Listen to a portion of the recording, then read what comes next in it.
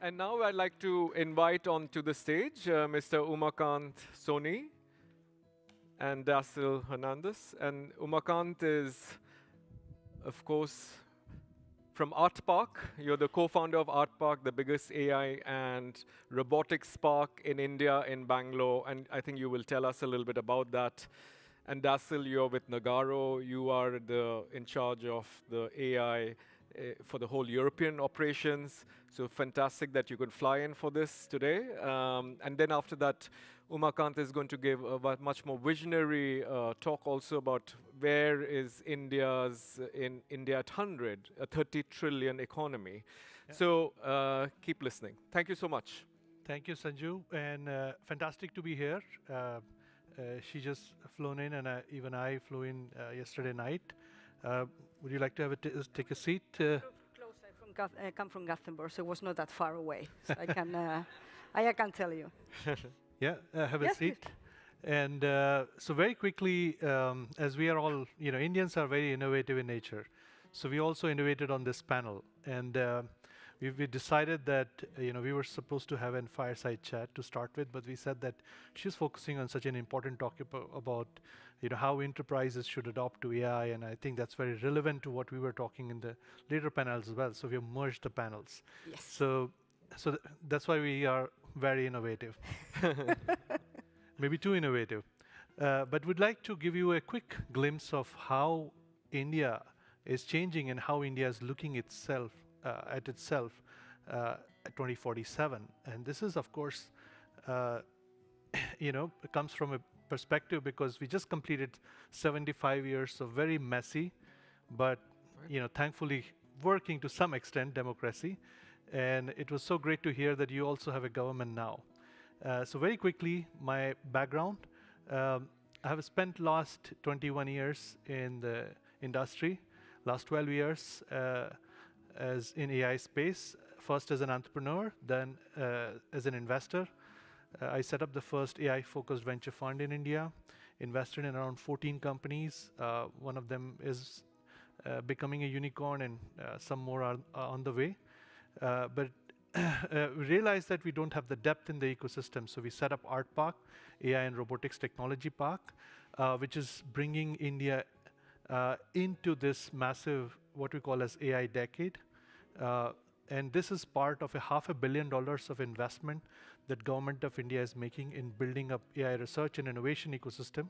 So earlier we were producing talent, but now the whole idea is to also convert the talent, combine it with research, and convert into products and companies. So I'll just start with a very quick introduction, maybe a video to give you a perspective on this.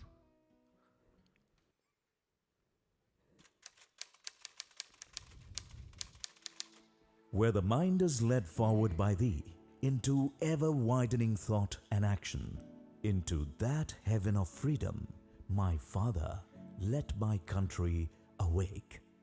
Very rarely have a few words set into motion a grand destiny, inspiring generations to pursue the inconceivable, persevere hardships, and rising in triumph, instilling an imperishable passion, making a formidable, teeming with creativity, and unrelentingly determined India.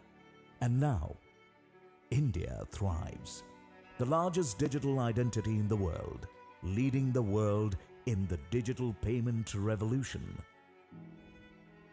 An India where dreams are encouraged as they create the map for the road ahead, where knowledge isn't dismissed, instead valued, shared, utilized for discovery and advancement, and paid forward, where solutions no longer surrender to distance, and chance and risk are replaced by hope and will. An India where every tomorrow is an infinite possibility. 15+ startups are building the future of India. Stempedia, Advanced Air Mobility, CD Space, Astrome, General Aeronautics, X-Ray Setu. Let's join hands and build a future where healthcare is for all, where our children can unlock their true potential, where mobility empowers. Celebrating Azadi Ka Amrit Mahotsav with Made in India startups. If you are one of those who are building the future of India 2047, then let's start up at Art Park and embrace the vision of India as a global technology leader.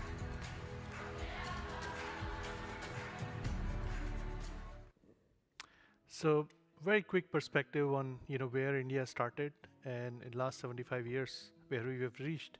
And it is very important to understand this speed of change because the 100 plus unicorns that India is producing, it's not just that these are startups, but these are digital, most of them actually are digital unicorns. That means that they are digitizing India at a furious pace because they are the ones which are taking the innovation and making it big. It's not the large legacy companies, but these startups, and they're growing so fast. And because they're growing so fast, they are actually changing the whole ecosystem at that speed. And it started with payments. We are doing 2.6 times the number of mobile payments than China is today. And you can see, because payment is one of the big friction points. Other friction point, of course, is mobility.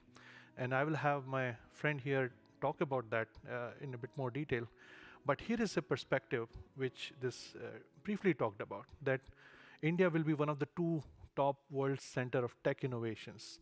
And this is it has to be understood quite clearly because what we are actually having here is that India has the largest demographic potential. Right now, we have 900 million plus people in the age group 15 to 64, which is defined as the working or productive age.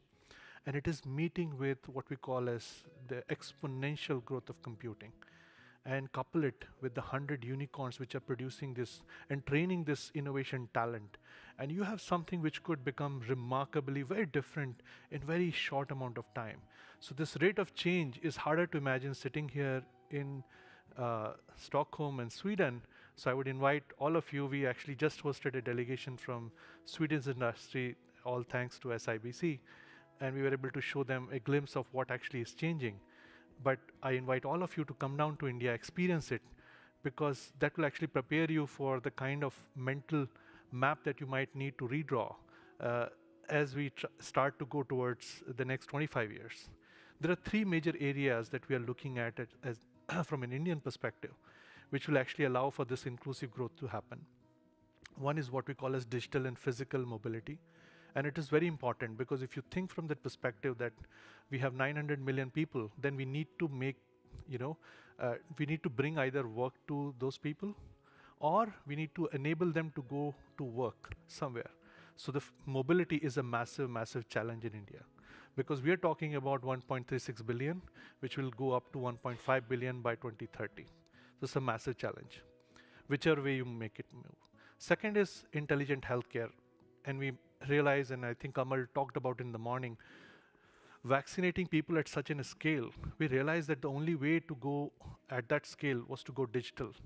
Not digital after transformation, but digital first. So you have to think digital first, AI first. And that is something that we will actually also talk about a little later in the day as well. And the third one was learning for AI age. We have 300 million young kids. How do we transform their minds? And that's a big problem that we are working and grappling with. And the National Education Policy 2020 exactly talks about that. So the digital and physical mobility that I talked about, right? And we are looking at leapfrog solutions. There is no way we can scale solutions linearly in India. We are 1.36 billion people. So we are talking about close to 850 million people living in rural areas where 4G never reached them, right? So how do we bring a leapfrog 5G connectivity to them? Because then it could be possible that somebody who could be sitting in one of the villages in India could be driving a truck in maybe Stockholm or maybe Sweden, somewhere. And that's the kind of leapfrog perspective that we are talking about. We realize that smart cities are very difficult in India because in India, cities have been grown organically, right? We have Banaras, which is like 5,000 years old. How do you transform that into a smart city? Very difficult. So we have to think about a new concept. We call it smart clusters, where instead of trying to bring or convert them into smart cities, we need to bring digital and physical connectivity, maybe through air, to them. And this is an interesting perspective that I wanted to show, one of the moonshots that we've been thinking and imagining about. That'll give you a perspective of that.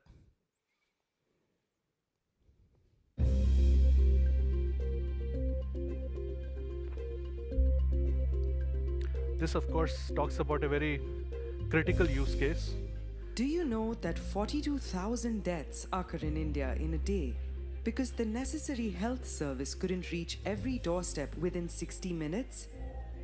This is the golden hour.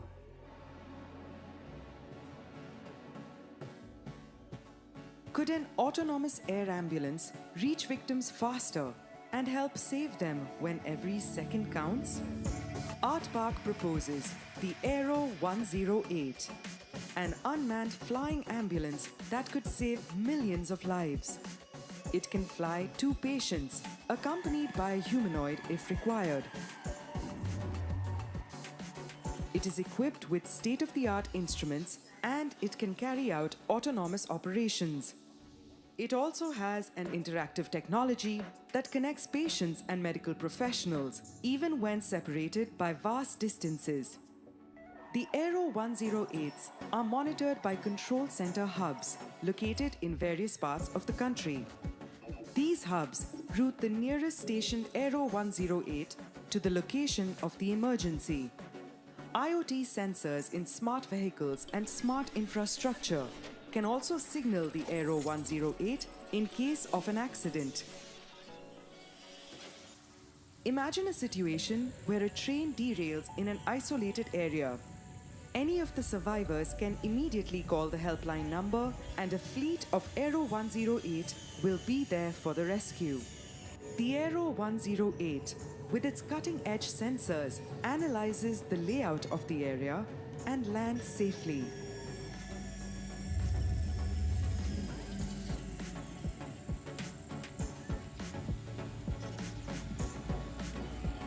The humanoid paramedics act as mobile medical scanners for the medical experts in the trauma center.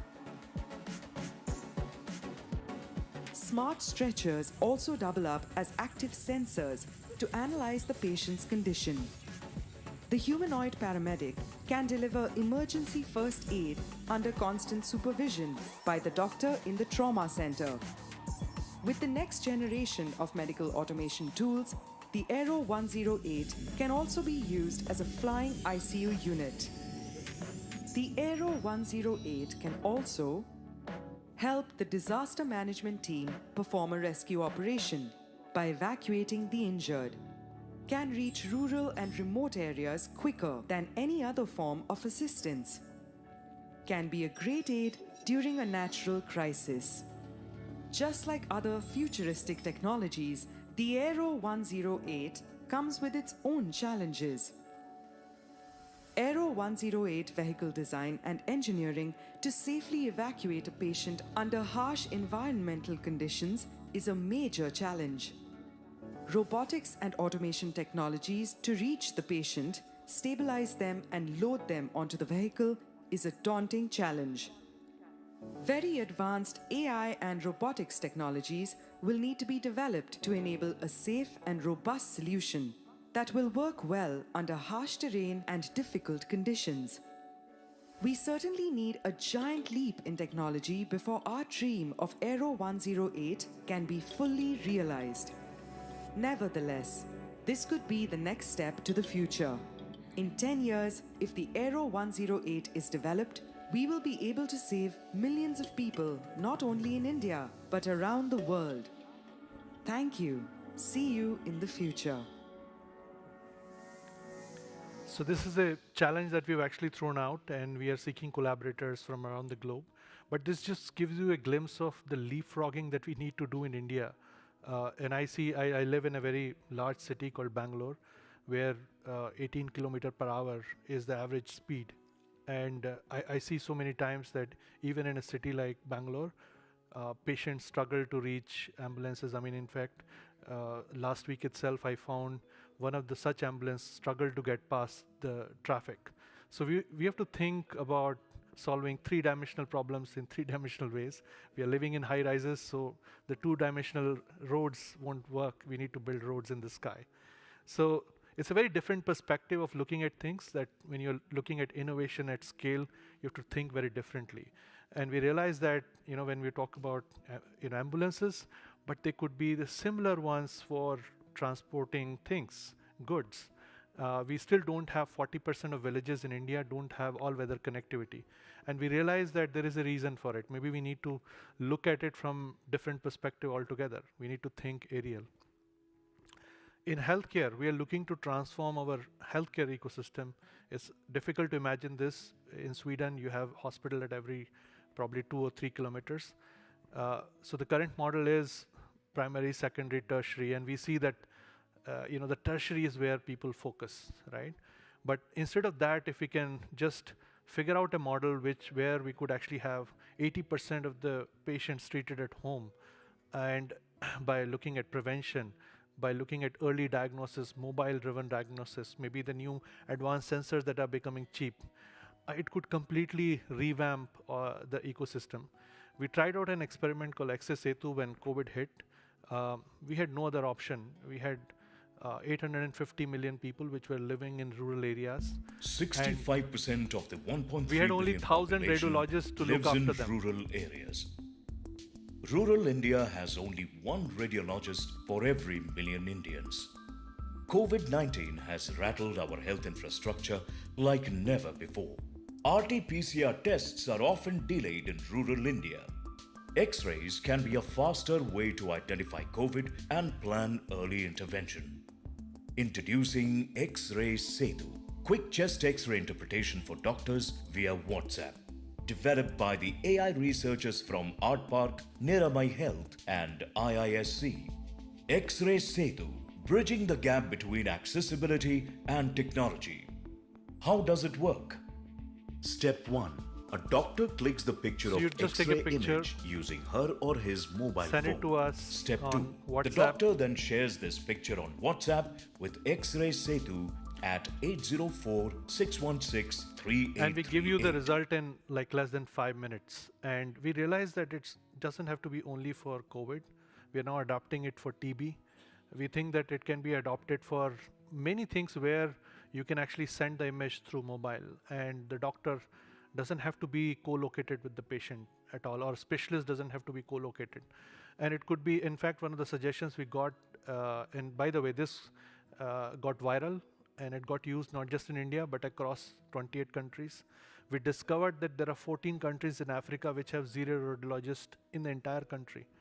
And we realized that there is a huge amount of innovation that India can produce which can go to some of these large areas. So the third area that we are looking to innovate on and want to work with the whole world on that is the area of education and learning. By the year 2030, 7.5 billion connected humans will join hands with 30 billion intelligent connected machines in the age of the AI-driven experience economy. Our learning systems are built for the industrial age of rote learning and will force our kids to arrive in this AI age unprepared and unable to communicate or work together with machines. While we are investing billions of dollars in improving machine learning, we haven't put the same deep thought into improving human learning systems, which is rather unfortunate. Consider this. Today, AI is recognizing images better than the human eye, listening better, and also even playing better chess and other things. Steve Jobs said that the computer is the bicycle for the mind. AI is going to be the rocket for the mind. Just like the way we learn languages to talk with other human beings, our kids need to learn the language of machines to talk, imagine, and innovate along with them by fundamentally rethinking our traditional classrooms with next-gen hybrid learning systems for self-learning, peer learning, and learning by doing.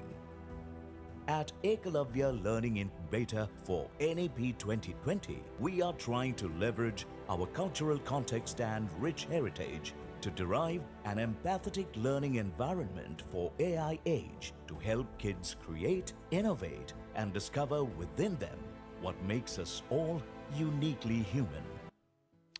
So this is a fundamental shift that we see that we all have to make, and I think that is where collaboration or bridge between India and Sweden becomes really, really interesting, because we are going to go with this AI revolution. The first early versions, some of the companies that I invested in, the AI was enhancing what you have, right? The natural abilities of what you have, so you become like superhuman. The second wave is actually, changing the whole environment by allowing you to profile yourself better and connect to other opportunities. So that's going to, get you more jobs, more opportunities to express yourself. The third shift is a big shift, and it's going to be a societal shift where we will not work for money. We are going to work because we want to express something that we have in ourselves. And it is going to be a big shift because our societies are not prepared for it, our businesses are not prepared for it. And I think it's important when we make that shift from job to work, we are all able to, because today we derive a lot of identity from our work. So if we make that shift where we may no longer be working for money, but working to express ourselves, it will mean a different kind of systems that we would have to adopt, not just in learning and education, but also in healthcare, in terms of how it becomes accessible to everyone. So there is nothing like a birth lottery, but instead everybody actually has a window to an inclusive growth in future. So this is an interesting movie. If you haven't seen it, I would strongly advocate that you should check it out. It's Blade Runner 2049. It talks about the choices that we are making today and what it could lead to in future. With that sobering thought, I would like to invite all of my fellow panelists to come over on the stage. I would like to invite Desil formally. She's already here. I would like to also invite Kamal Bali, President and Managing Director, Volvo Group, India. Hi, thank you. Hi. And we have two more panelists joining us from India. Meenal Majumdar, she is running a very interesting startup called The Innovation Story. And we also have Geeta Manjunath. She was also collaborator in X-Ray Satu, and she's running a wonderful startup called Nirmay, which is applying AI to breast cancer screening using thermal images. Welcome, Meenal and Geeta. Thanks a lot for joining us. I'll take this chair now and try to take the conversation forward. Umakant. And we also have Professor Karl.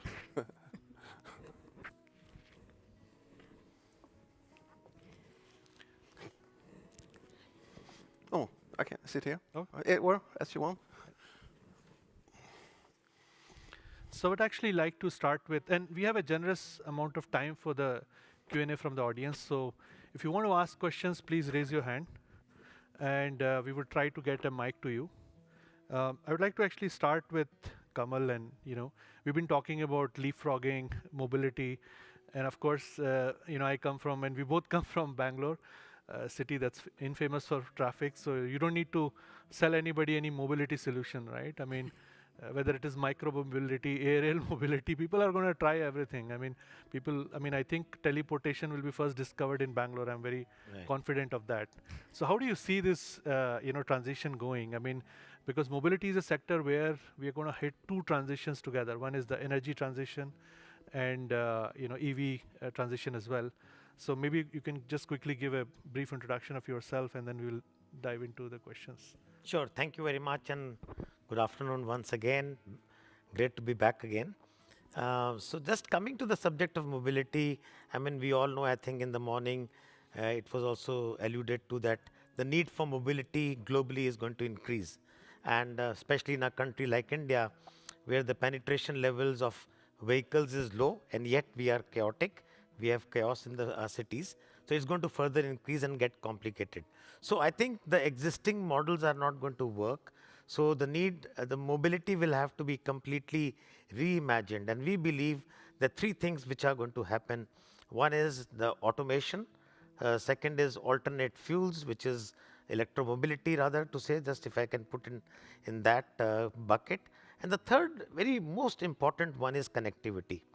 Because I think today, if I were to give you an example, just to give you a sense of how the amount of waste which is there in the logistics or mobility system is that less than 15% of fuel is used to move cargo. 85% of fuel is waste. It is moving air. So that's the level. More than 50 more less than 50% times uh, or less than 50% of the truckload is moving uh, is using really efficient ways. The balance 60% is almost completely wasted.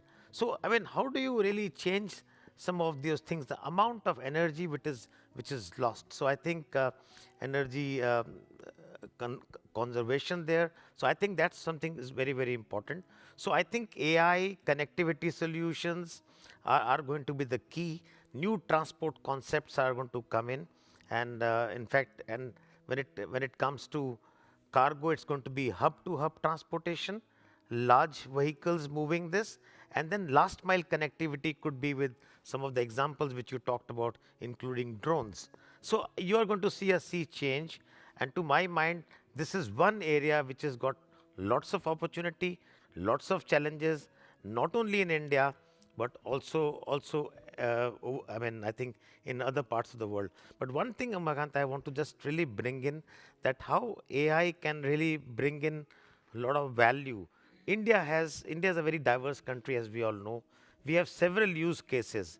We have cases where we have very good highways, very good expressways, just like you would have in Sweden. And we also have villages and other areas where we have very poor roads. So we have set of use cases starting from maybe 0 to maybe 10. So I think this repertoire of knowledge and use case information can be very, very useful for matured use cases like in Sweden to really apply these two and come out with solutions which could actually benefit rest of the world. So to my mind, I mean, I'll stop there, we'll carry on, but I think to my mind, this is going to be a very, very big shift with electromobility coming in, moving away from IC engines to electromobility, whether hydrogen fuel cells or maybe some IC engines will also be used with clean fuels. So that's one shift. Other is transport concepts. How will you really move goods and people? So that's the second. And third is connectivity, which is how does vehicle talk to another vehicle? How does the different levels of automation takes place thanks to 5G and now 6G coming in very, very quickly? So how do we really make use of those, and how does that intelligent information is used from vehicle to vehicle, vehicle to infrastructure, and optimizing loads so that the trucks don't move empty? So I think there is a huge amount of opportunity here. I mean, sky is the limit. Sky is not even the limit to my mind in this particular case to really check this. Yeah. Yeah, I think it's a great summary of the whole problem space as well as opportunity space. And as you rightly pointed out, if Tesla can work in the chaotic lanes of Bangalore, it will definitely work everywhere. Yeah. Or Tesla equivalent, or maybe whatever could come out of that country, which might have autonomous operations in nature, along with EV, could possibly work in Asia, Middle East, Africa, as well as in US and Europe as well, right? So I think that's a great summary of this. What you also, since you are looking at, Volvo Group in India, and of course I know that Volvo is focused on innovation, and you have Campex Yeah. that has started. You are talking with startups, because startups, somehow are becoming the vehicles of innovation, Right. especially with the new kind of talent that is required to bring these technologies into use cases. And but you have also have large industries, right, which have the domain knowledge. So Right. how are you merging both? It's fascinating to know that. Yeah, yeah. I think this is one very interesting thing, because I think we know that research and technology converts money to knowledge, and typically knowledge converts this to some impact or some value. I mean, innovation will convert knowledge into value, some value and some making some some impact. So today the need of this is very, very emergent, and we need to really move at a very fast pace. And typically larger companies will be slow to act or to react or slow to go through their own bureaucracy, typically, howsoever efficient you may be. So therefore, the smaller companies, when they partner and collaborate with larger companies, a lot of new breakthrough ideas emerge. And I think innovation happens that way. That's why the idea of Campex by Volvo has really fructified in a very, very good way. We partner with number of startups. It works very, very differently from a standard organization. The contracts are done in less than a week, which might take months and years otherwise. And they have access to all the facilities which Volvo has. If they don't want to, they don't have to recreate a different set of facilities. So Campex is basically an innovation arena where people can come and work together. We are open to them. They can bring in new ideas. We can support them with facilities and infrastructure, and and and and and there are very flexible ways of working. Who owns IP? How do we really take those things forward? That's done in a very, very simple way and a very, very quick way. To my mind, that's a great thing to do. All companies should look at models like this as to how to work as partners with another supplier partner or a startup, because I believe that there's tremendous value in these kind of collaborations. The world is so complex, technologies are so wide and apart that no one single company or institution, howsoever great or iconic it may be, can manage it alone. So collaboration, partnerships, and innovating together, co-creating is really the way forward. And this is working very well for us. We have some very good experiences and examples in the last 1.5 years already. Fantastic. I think co-creation is a core mantra in some ways, right? And I think most of the large organizations would have to adopt this as they go forward.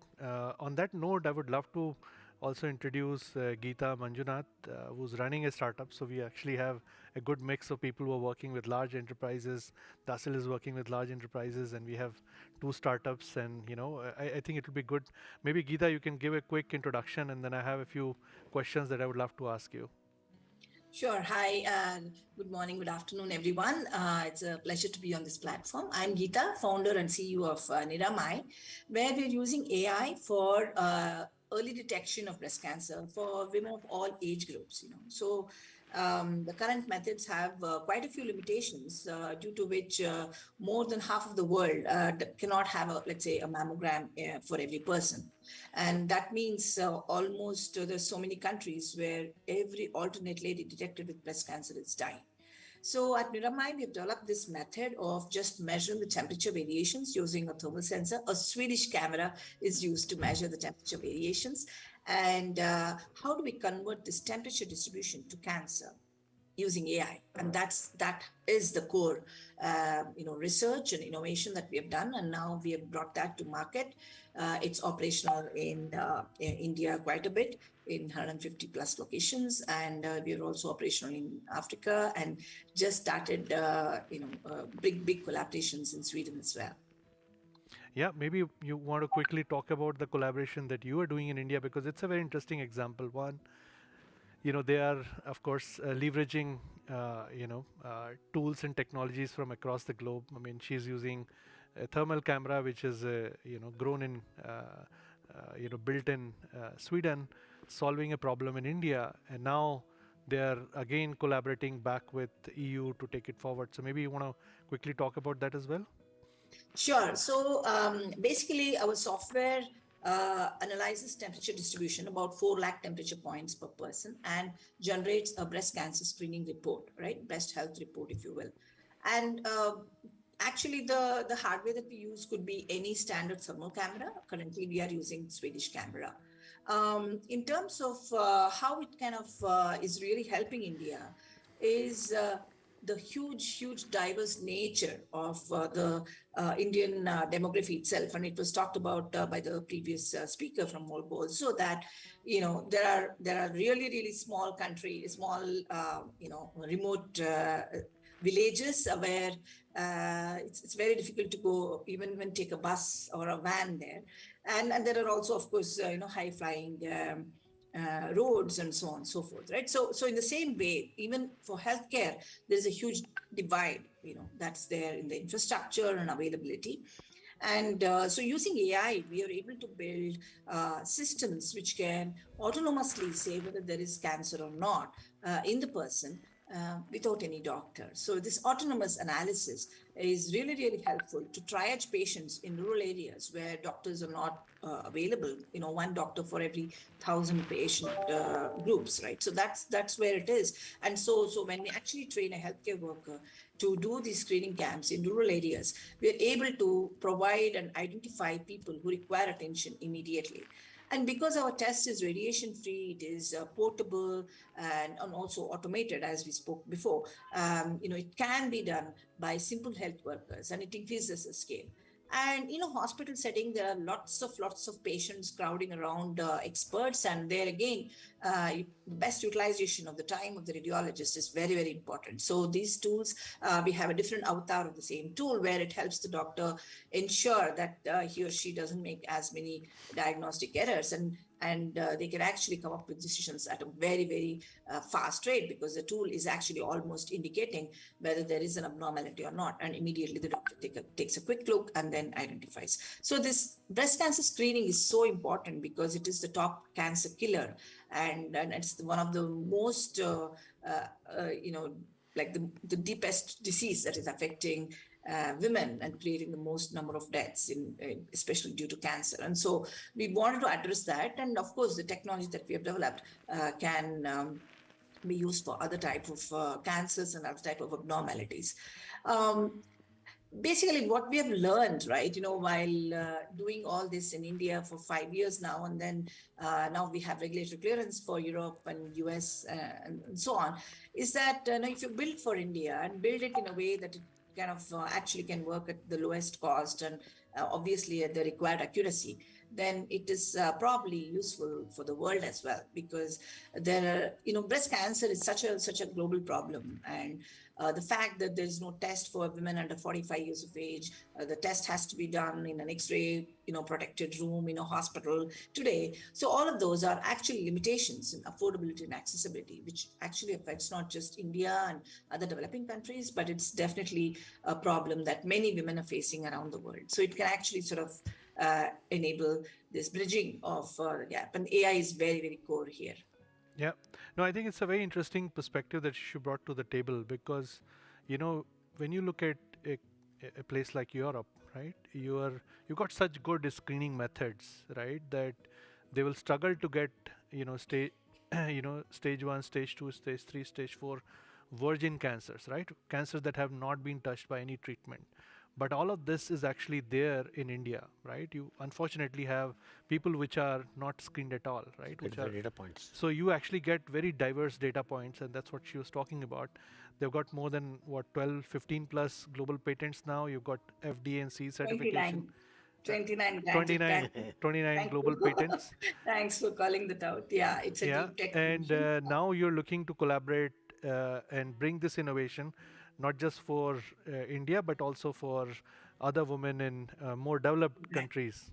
Exactly. So because our test actually works on women of all age groups, and there is like, for example, women under 45 years of age have what's called as dense breast, where X-ray based analysis like mammography does not work, and it's not able to detect early cancers. Because ours is based on temperature variations, this can actually very well work on younger women and women with dense breasts, even above 45 years. And so for this segment of people, we are bringing this test as an additional modality to mammography. In Sweden, we have distributors arranged, and also we're working with one of the top hospitals, I'm not able to name it now, to actually do some clinical studies to validate it on European women as well.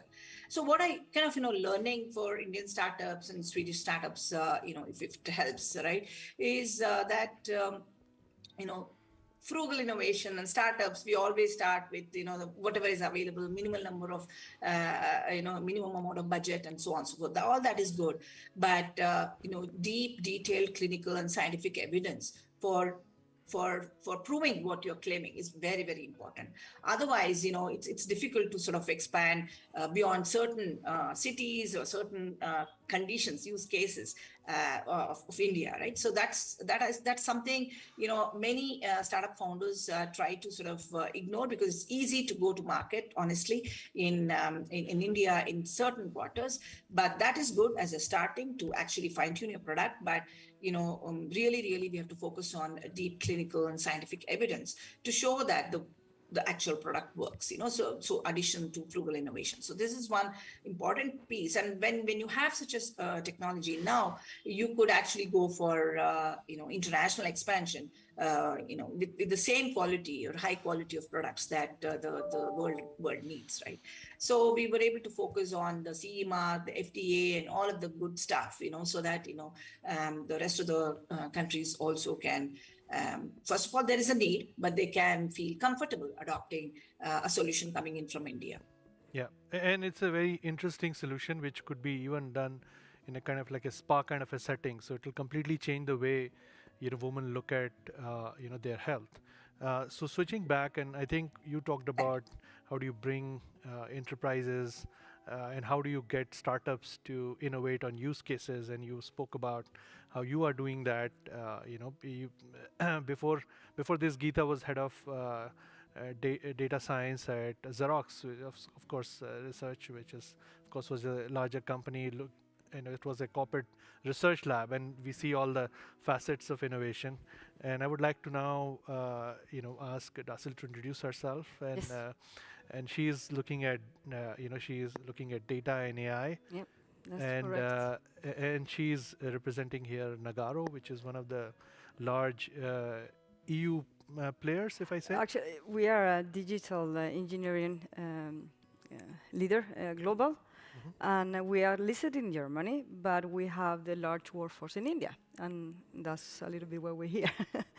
A lot of things that we see working in with data and AI, and you mentioned a lot, and a lot of in the morning is collaboration and a little bit of this kind of local versus what is belong to Sweden and what belongs to India. And Nagaro, we believe in a hybrid approach where you can get, if India has already developed things, why not learn from that and bring into Sweden?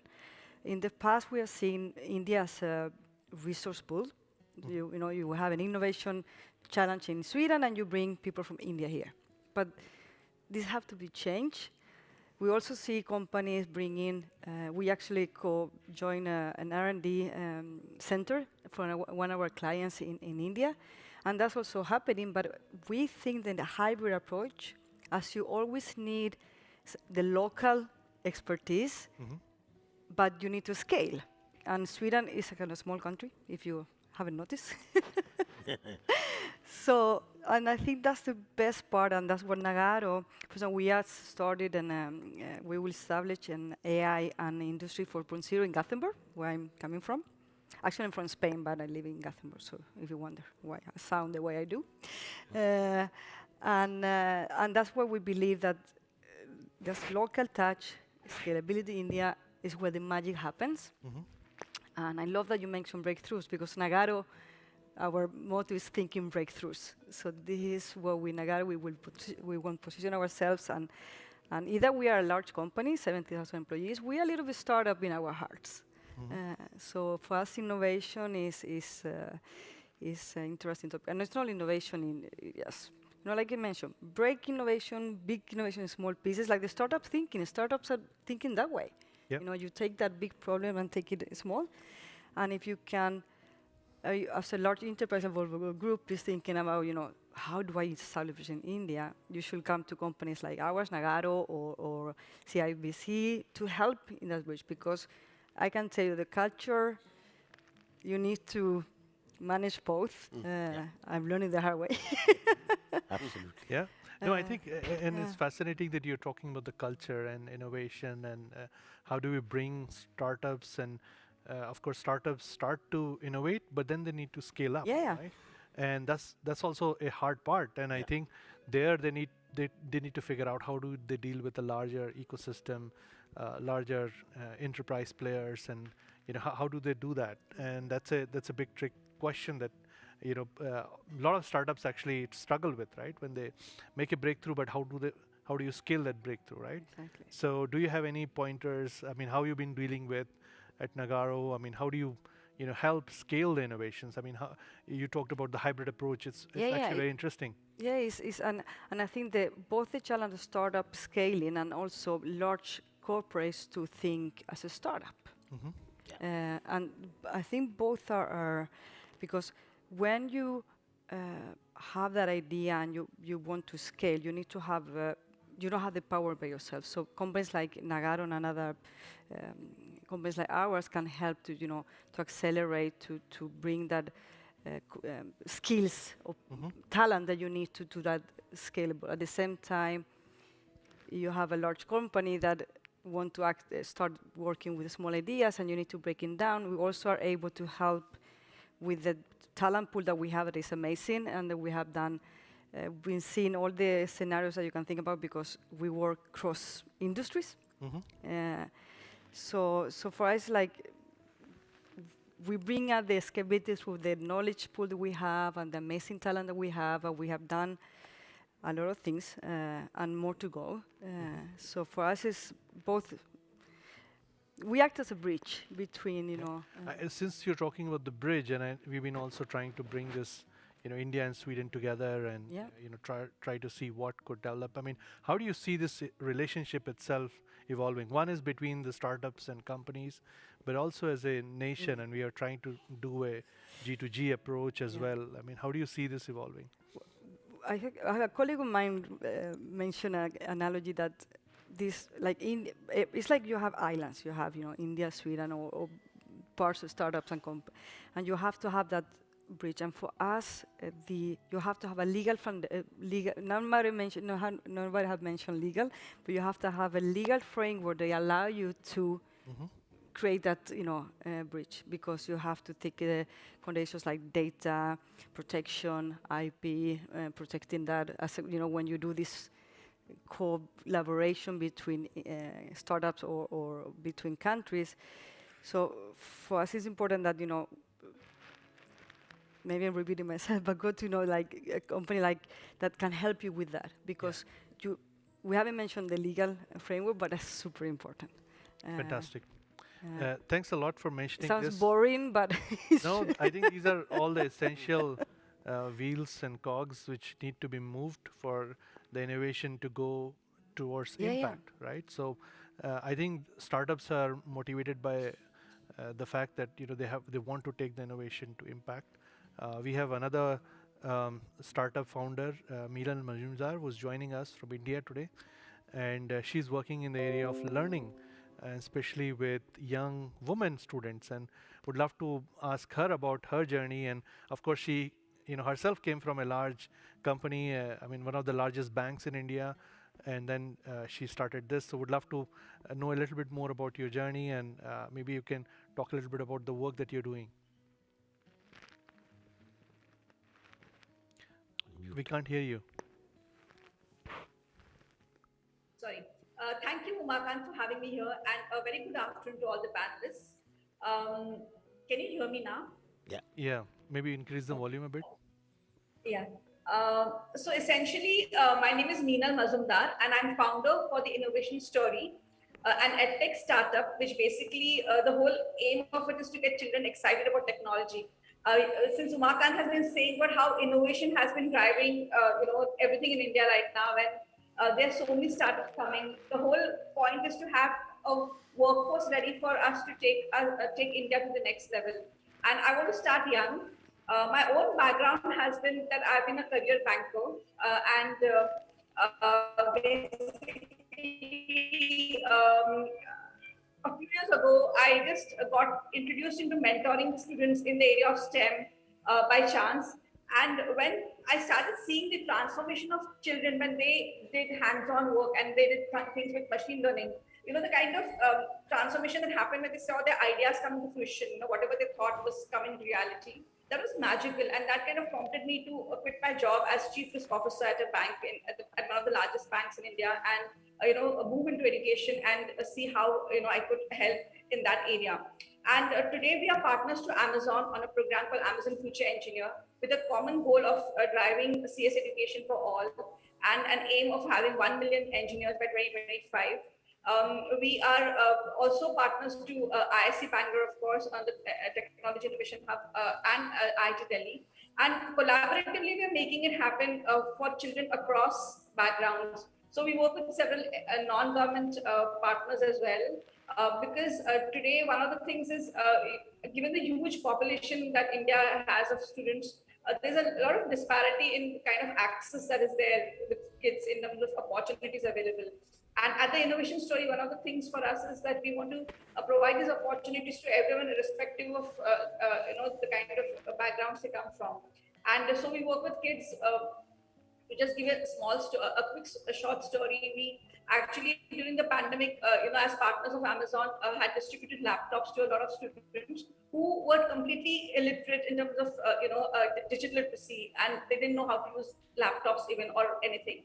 And we started with a very basic program on Microsoft Word, PowerPoint, Excel with them. At the end of that program, they saw some other kids who used to come to our center to learn robotics, and they were kind of, can we also do it? And these kids came from the urban slums of Mumbai, and they had no background of what robotics are, but they were just excited to see robots move at a center. These children actually were so excited and took to learning through hands-on in such a easy way that when we had a competition in March in India, they were the finalists of that competition, beating all other kids who had a lot of experience. And then just last week, there was another global challenge called First Global Challenge at Switzerland, and they were again they won a gold medal for their international journey. And the only point of saying this is basically that once you give access, you provide, irrespective of background or whatever is their education, they had lost education for a year. But the whole idea of doing something hands-on and to build something just, I think, opens children's minds, and the kind of then possibilities, are limitless. Like even sky is not the limit, as we had one of our panelists mention earlier. So it's like, it's very magical to see the transformation. It's just about giving opportunities, and thankfully our NEP 2020 is pointing towards the right direction. We have to basically get a collaboration together between academia, industry, and schools, and which Art Park is also helping us do that, basically, so that to get everybody excited about technology, and then these numbers that we're looking at for AI 100 for India are not too far away. Yeah. Well, thanks for mentioning that. Since you talked about NEP, NEP stands for National Education Policy 2020, which is a completely shift away from. So India is adopting this whole interdisciplinary approach to learning, and which is a big break from what it used to do earlier. And it is not just in the K-12 or the schooling segment, but they are also doing it for the higher learning as well. And it's interesting, we have Professor Karl here, and Professor Karl is Professor Emeritus at KTH, and he has been a good friend as well. So maybe you have been studying or looking at NEP from Swedish perspective, and you had some points to make, so I would also want to invite you to talk a bit about that as well. Thank you. So I guess it relates to the former speech here. First, a comparison. I looked into the Indian system in higher education somewhat, and as a comparison, Sweden have 30 higher education institutions, more or less, while India have 1,000 is a low figure, so rather a couple of thousand higher education is. So it's an immense difference. And if you look at the school system, then the figures are even more impressive in India. So quantity is not a problem. 1.7 million schools in India. I mean, so the quantity is not a problem. The problem is the heterogeneity. There are super good schools, there are super high quality in some corners, and in other corners there are many things lacking. So that's the issue. And I assume in this national education policy that was issued some time ago, they tried to address. So there are a lot of priorities. I choose now a few only. So a bunch of the items I prioritize have to do with inclusiveness, to reach out to everybody, to every corners along the lines you described.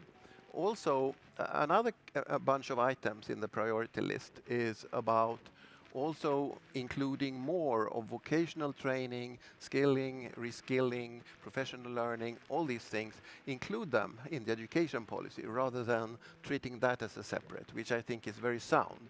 Basic education and this other set is grouped together. On the other hand, it increased the problem. So you don't only have to reach out to everybody in the basic education, you also have to reach out to the other segment in the professional, in the long life learning. So you increase the problem somehow. Still is mentioned something else. There's also mentioned in this report that there is a, which I think, of course, everybody really know, there is a lack of teaching capacity. There's a lack of teachers, there's a lack of faculty, and not only in numbers, it's also that is also in many cases lacking competence among the teachers and faculty. So it seems like insolvable problems.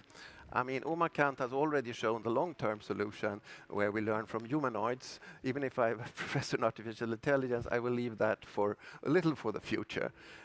So in my mind, the only way forward is that we still have to base the competence of the teaching. We still need the coaching from human teachers.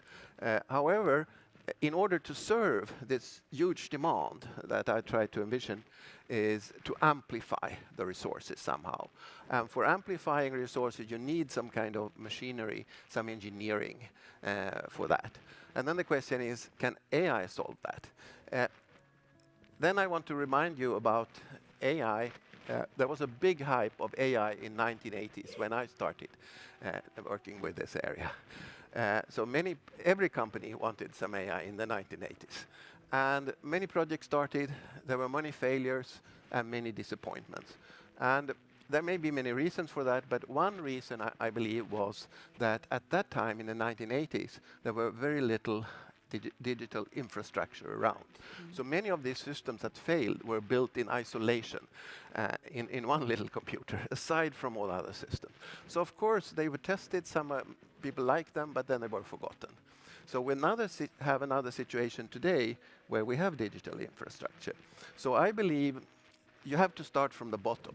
So if you create this amplification machinery between the human competence and the demand for learning and education, you have to start with create some really good digital infrastructure. So you can at least digitally reach out to these people on different levels. So online learning, and of course it's both hardware, software, communication capability, but also online education systems that really do enable the basic spreading. Then, of course, on top of that, then you could add components of an AI kind that really kind of make the system more robust, that optimize the system, and so on. So I see it like a pyramid of engineering that you have to build to implement this amplification machinery that maybe have a chance to solve the chasm we have between competence and demand. So I think it's a great perspective you brought in, and I think you talked about the digital infrastructure, and I think that's where these 100 unicorns, which are mostly digital, are working to create that digital infrastructure, not just in education, but in other areas as well. And I think it's not just that you'll be able to build digital infrastructure in one area to advance AI. You would have to build it in literally every area that you probably are working as a human being. We actually have short of time. Sorry, I think very important for India for this machinery is, as always, affordability. So we cannot build something super expensive for the users. It must be affordable, otherwise it's not. And I think that's a great point that you brought up in terms of whatever solution has to work at that scale, a billion plus scale, has to be built with affordability in mind. And that's where I feel that if universal basic income has to come in at some point of time, not just in India, but globally, maybe the solutions actually for those kind of things, whether it is making healthcare accessible or learning education accessible or mobility accessible, they would have to come from India. So we have maybe 2 minutes remaining. I would love to actually get if there are any questions from the audience. You can just quickly raise your hands. We could take any questions, or we can just look at having a summarizing question to all of the panelists. So what are the So we talked about quite a few things from large enterprise, how do we take it to startups. We talked about startups in healthcare. We talked about, okay, how they are now trying to make it larger, connect with larger ecosystem. And we talked about enterprises and how enterprises are there which can actually help startups connect with large companies and scale the innovation. And then we also had Meenal and Carl talk about learning in general, because that's very critical and core to powering this whole transformation. Uh, what is one quick step that we could take to create collaboration between India and Sweden? They're two democracies, messy but yes, working democracies. And I would like to start with Kamal. Yeah, I think very simply, I think as a lot of panelists have already spoken, to connect the two islands of excellence, Sweden in its own right, the number one in innovation, European Union, and India with a lot of digital talent, humongous amount of use cases. If we can connect these two effectively, and right now we have things like SIBC, which is doing a great job, SciTech, Split, I think, and your art park. I mean, I think these are the bridges to connect these two islands, and that's all we need to do. We don't need to do anything more. We need to just connect this and make it more visible. Visibility and connection, and doing well by doing good. I think that's what. Doing well by doing good. I think this is fantastic. Quickly, Geeta. Yeah, so I think I'll just build on what was said. Basically, the connections and the networking is one aspect of it.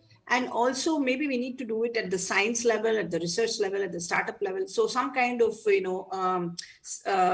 more like task forces for different kind of engagements, depending upon the stakeholders on either side. Of course, SIBC is great, Art Park, and these kind of forums are great. So, in this, having task forces could be domain based or stakeholder based would be one specific detail I would go into. Great. Dasil. I'll again, like you mentioned, I believe strongly, and Nagaro too, that this, make that collaboration for real and a little bit change your mindset that not because you have a Swedish problem have to be solved in Sweden or in whatever country that problem is. So you have your local touch, but look around and see who else is doing Brilliant. what you're doing. So Mindset. Yep. Great. Meenal, quickly. Yeah, collaboration is the key. I would go with what Kamal said, basically just look at these institutes to bridge people, to connect people, and I think we should be there. Okay. Carl. Apart from the use cases, which I think are clearly in India, I think very shortly, I think Europeans have more to learn about the system as a whole, because the challenges in India have forced India to really build systems that we don't have in Europe. I think what Europe can contribute with more is the basic technologies, the in every corner. I mean, the detailed technologies, rather than the system. That's my feeling. Oh, great. So thanks a lot for all of your time, and thanks a lot for the audience for patiently listening to us. Please feel free to connect with me later on as well. We are trying to build this bridge between India and Sweden. Next 25 years for India is going to be a breathtaking ride. If you want to be on it, it's going to scare the hell out of you, but it's going to be fun. Thank you. Thanks a lot.